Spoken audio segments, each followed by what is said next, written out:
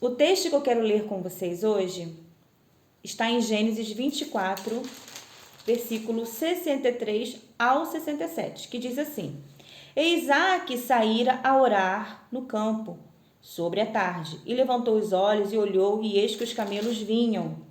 Rebeca também levantou os olhos e viu Isaque, lançou-se do camelo e disse ao servo: Quem é aquele varão que vem pelo campo ao nosso encontro? E o servo disse: Este é o meu senhor.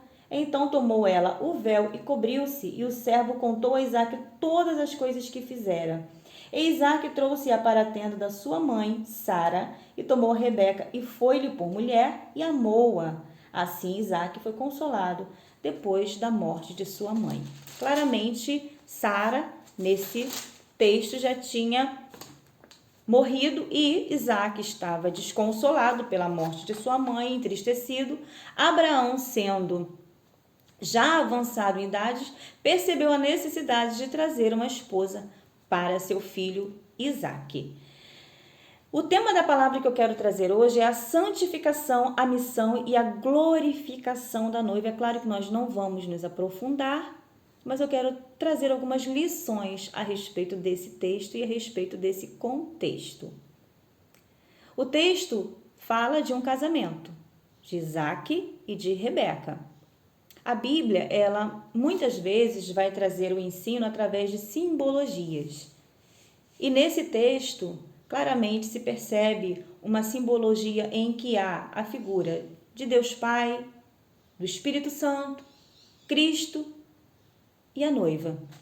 A noiva na pessoa de Rebeca, o Espírito Santo na figura do servo de Abraão, Deus Pai na própria pessoa de Abraão e o filho na pessoa de Isaque. A Bíblia faz dessa forma, Deus faz dessa forma para que venhamos a ter uma compreensão melhor daquilo que Ele quer nos ensinar. Assim como Jesus muitas vezes ensinou por parábolas. Então isso facilitava a compreensão daquilo que Jesus queria ensinar aos seus discípulos e a todos nós, porque nós estamos aprendendo com a palavra de Deus a cada dia. A palavra também é para nós.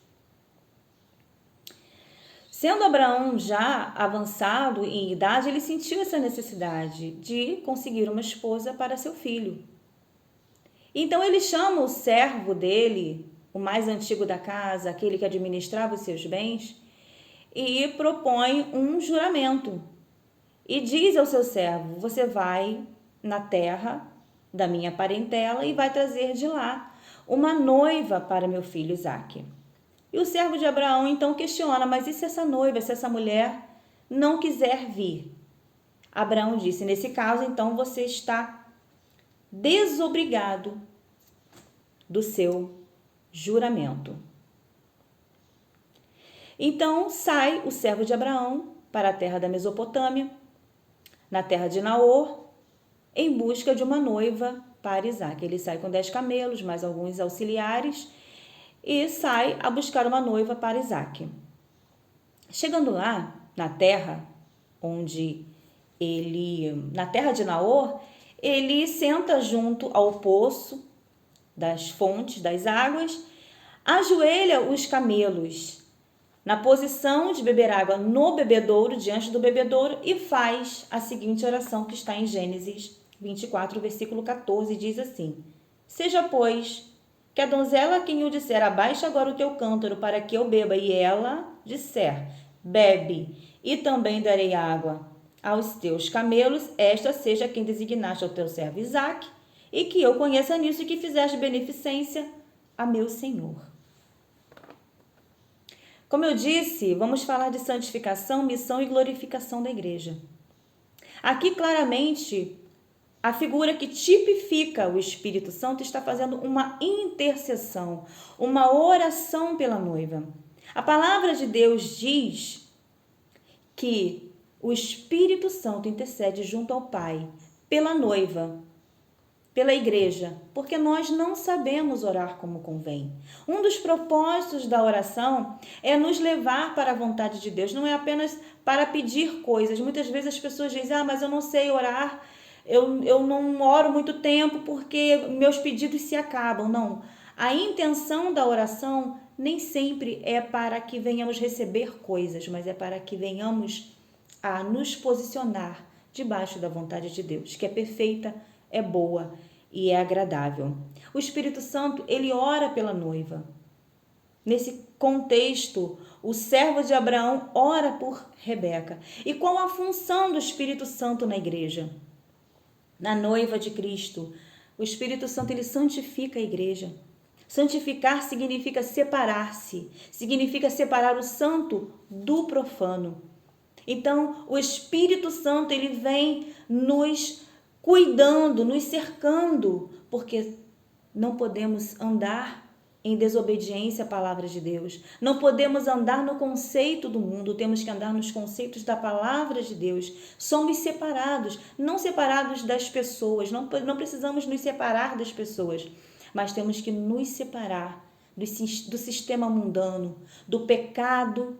Não podemos ser coniventes, não podemos tomar a forma do mundo. Temos que ser separados, porque em 1 Pedro, capítulo 1, 15 e 16, vai dizer: sede santo em toda a vossa maneira de viver. A santificação, ela abrange, envolve o contexto geral da nossa vida. Não é apenas no pensamento, não é apenas nas ações, é em toda a nossa maneira de viver. Muitas vezes estamos num ambiente que é propício à adoração, é propício ao culto, como a igreja, por exemplo, e muitas vezes ali é fácil demonstrar como somos cristãos, a nossa santidade, levantamos as mãos, fechamos os olhos, dizemos amém, aleluia, mas e no nosso trabalho? E na nossa casa? E sozinhos muitas vezes, porque qual é o testemunho que os nossos filhos dizem de nós, o nosso marido, as esposas? Qual é o testemunho que temos dito dos nossos familiares mais próximos? E quando estamos sozinhos, o que temos sido, o que temos pensado? Temos que ser santo em toda a nossa maneira de viver. A Bíblia diz que nós temos que ser santos, porque sem santificação nós não veremos a Deus. Então a missão, a função do Espírito Santo em nós, na noiva de Cristo, é nos santificar, é nos adornar, é nos ensinar, é nos preparar para um dia encontrarmos com o noivo. Sem santificação, nós não veremos a Deus. O Espírito Santo tem cuidado de nós. Quando Jesus foi assunto ao céu, ele prometeu que deixaria outro consolador. Somos a noiva, não estamos abandonadas. O noivo deixou um consolador, deixou aquele que nos conduzirá a todas as coisas e que nos conduzirá também à nossa missão. E qual é a nossa missão? É apregoar sobre o reino de Deus. É anunciar, é demonstrar em nós mesmas a imagem e semelhança de Cristo, de Deus. Vamos ler em Gênesis 24, 18 e 19 no mesmo texto, que diz assim: e ela disse, Rebeca, bebe, meu senhor. E apressou-se e abaixou o seu cântaro sobre a sua mão e deu-lhe de beber. E acabando ela de lhe dar de beber, disse: tirarei também água para os seus camelos até que acabem de beber. Qual foi a oração desse servo de Abraão? Aquela que aparecer e eu pedir água e ela oferecer também aos camelos, seja essa a escolhida do Senhor para o meu senhor Isaque. E diz a palavra de Deus que antes mesmo, se você for ler o texto completo, antes mesmo dele acabar de ler, dele acabar de orar, antes mesmo dele acabar de orar, Rebeca surge, diz a palavra de Deus que ela desce, abastece o seu cântaro, põe ao seu ombro, sobe para ir em direção ao quê? A sua casa, abastecer a sua própria necessidade. Mas ele a chama e ela também oferece aos camelos, até que acabem de beber. Será que podemos ser como Rebeca? Será que temos cumprido a nossa missão, o nosso chamado? Abaixado o nosso cântaro? Deixado um pouco de olhar para a nossa própria necessidade e atender a necessidade daquele que está sedento? Rebeca estava indo em direção à sua casa. Ela estaria abastecendo a necessidade da sua família. Mas ela abaixou o cântaro. E a palavra de Deus diz que ela fez de uma forma apressada. Ela não foi negligente, ela não fez de uma forma morosa, sem vontade, sem vigor. Ela fez apressadamente. Quando usamos a expressão apressadamente, é porque estamos no ímpeto de fazer algo, queremos fazer algo, desejamos fazer algo. E ela olhou em volta e ofereceu água também àqueles camelos. Um camelo tem a possibilidade de beber até 130 litros de água. E Rebeca conhecia o contexto desses animais, mas ela se disponibilizou. Ao ver 10 camelos ajoelhados diante do bebedouro, ela se disponibilizou. Quantas vezes Rebeca foi à fonte para abastecer aquele bebedouro? Quantas vezes ela desceu? Quantas vezes ela subiu? Com certeza ela deve ter se cansado, mas ela, sabendo da possibilidade do cansaço, ela continuou indo à fonte até que todos acabassem de beber, até que todos fossem saciados. E aí? Temos saciado a sede daqueles que estão à volta? Temos crido contra a expectativa? Qual expectativa que tem se apresentado diante de você? É um filho doente? É alguém que se desviou? É uma doença que se abateu? Uma morte? Você tem crido contra a esperança? A Bíblia diz que Abraão, Romanos 4, 18 e 19, Abraão creu contra a esperança. Nesse tempo, Abraão ainda não tinha filhos e não tinha nem a possibilidade de ter filhos, mas ele creu contra a esperança. A expectativa que estava diante dos olhos dele é que havia a impossibilidade dele de gerar, a esposa dele de gerar, mas ele creu contra a expectativa, creu contra aquilo que estava se apresentando. Quantas vezes diante de nós uma enfermidade incurável se abate? Nós temos ido à fonte? Nós temos nos disponibilizado? Nós temos parado de olhar um pouquinho para nós e olhar um pouco à volta? Jesus é a fonte. Quantas vezes você vai à fonte? Não desista de ir à fonte. Mesmo que seja cansativo, mesmo que por vezes você desanime, mesmo que a situação que se abateu na sua casa, na sua vida, um casamento, uma traição, um abandono, uma rejeição, uma pessoa que está com depressão, uma pessoa com depressão é uma coisa terrível. Mas se você for à fonte, se você abaixar o seu cântaro, eu tenho certeza que você será saciada. O Espírito Santo, ele nos ajuda a cumprir a nossa missão. O Espírito Santo está intercedendo, ele está ali, ele está conosco.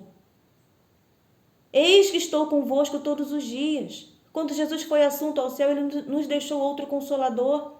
E ele está conosco, nós não somos uma noiva abandonada. O Espírito Santo está conosco. Aleluia! Então que venhamos cumprir a nossa missão de levar água aos sedentos, de pregar o Evangelho, de cumprir a nossa missão. Porque a nossa missão é propagar a Cristo, é propagar a imagem de Cristo e trazer outros para que também se tornem imagem e semelhança de Deus. Porque tudo aponta para a igreja e tudo é a partir da igreja, porque somos o mistério de Deus que foi revelado através de Jesus Cristo. E isso nos tempos eternos, porque desde a eternidade estamos nos planos de Deus, somos sua noiva. E eu quero ler agora o versículo 51 ao 53a do mesmo texto. E diz assim: Eis que Rebeca está diante da tua face, toma e vai-te. Seja a mulher do filho de teu senhor, como tem dito o Senhor. E aconteceu que o servo de Abraão, ouvindo as suas palavras, inclinou-se à terra diante do Senhor e tirou o servo vasos de prata e vasos de ouro, e veste, e deu-os a Rebeca. Aqui fala da glorificação. Quando o pecado se abateu, se estabeleceu no mundo, o homem percebeu a sua nudez. A nudez significa pecado. Deus matou um animal para prover vestes para prover cobertura de pecado ao primeiro homem. E isso Deus já estava nos ensinando, apregoando, revelando-se a sua vontade, revelando-se a si mesmo e revelando o seu propósito eterno, que culminava na igreja. Então, Rebeca aqui recebe vestes. Aqui é o tempo da glorificação. Rebeca agora está pronta para se encontrar com o noivo. Rebeca agora está enfeitada, adornada, porque quando Rebeca está cumprindo a sua missão lá, indo à fonte e voltando diversas vezes, aquele homem está tão admirado que no final ele dá presentes a ela, braceletes, colares, pendentes. E aqui ele dá vasos de barro, vasos de ouro, vasos de prata e vestes. Vestes significa purificação. Agora Rebeca está pronta para ir ao encontro do seu noivo. Agora Rebeca está com as vestes nupciais, adornada, enfeitada, linda para encontrar-se com o seu noivo, porque ela foi adornada, porque ela foi enfeitada pelo Espírito Santo, porque ela foi protegida, porque ela foi conduzida, porque ela foi guardada, porque ela foi santificada pelo Espírito Santo. E eu quero ler Apocalipse 21, 2, que diz assim. Apocalipse 21. E eu, João, vi a cidade santa, a nova Jerusalém, que de Deus descia do céu, adereçada como uma esposa ataviada para o seu marido. Que coisa linda! Jerusalém estava adornada e a noiva é comparada a essa cidade porque ela já está ataviada para o seu marido. Quando ela está glorificada, enfeitada, vestida, as suas vestes estão resplandecentes, ela já pode ir ao encontro do noivo. O nosso noivo está chegando. O noivo da noiva está voltando. Temos sido adornada, temos aceitado o adorno do Espírito Santo, a santificação do Espírito Santo. Lembra que quando o servo de Abraão pergunta, mas e se a noiva não quiser? Existe a possibilidade da noiva negar. Eu não quero, eu quero. Existe essa possibilidade. E você quer? Você quer ser adornada? Você quer ser enfeitada? A escolha é sua. Você tem sido noiva? Você é a noiva do noivo? Vamos ler agora Apocalipse 19, do 7 ao 9, que diz assim: regozijemo-nos e alegremo-nos e demos-lhes glória. Aleluia, porque vindas são as bodas do Cordeiro e já sua esposa se aprontou. E foi-lhe dado que se vestisse de linho fino, puro e resplandecente, porque o linho fino são as justiças dos santos. E disse-me, escreve, bem-aventurados aqueles que são chamados à ceia das bodas do Cordeiro. E disse-me, estas são as verdadeiras palavras de Deus. Você é noiva? Você recebeu o chamado? Bem-aventurado é você. Assim como Rebeca olhou e viu Isaque, nós olharemos e veremos o nosso noivo vindo. Aleluia! Seremos levadas, conduzidas até o noivo, assim como aquele servo de Abraão conduziu Rebeca até o noivo. Nós seremos conduzidas pelo Espírito Santo a encontrarmos com o nosso noivo. Ele está lá, ele está vindo. Que estejamos prontas com as nossas vestes purificadas, resplandecentes, para irmos ao encontro do nosso noivo. Vamos ler Apocalipse e vamos finalizar aqui. Apocalipse 22, 17, que diz assim: e o Espírito e a esposa dizem, vem. E quem ouve, diga, vem. E quem tem sede, venha. E quem quiser, tome de graça da água da vida. A graça é gratuita. A água, a fonte é de graça. Venham, venham. Você é noiva? Então venha beber. Venha ser saciada. O Espírito e a noiva dizem, vem. Aleluia, venha noivo. Fique com essa palavra e que Deus fale profundamente. Seja a noiva. Purifique-se. Permita que o Espírito Santo te santifique, te purifique, te conduza à sua missão. Em nome de Jesus. Amém.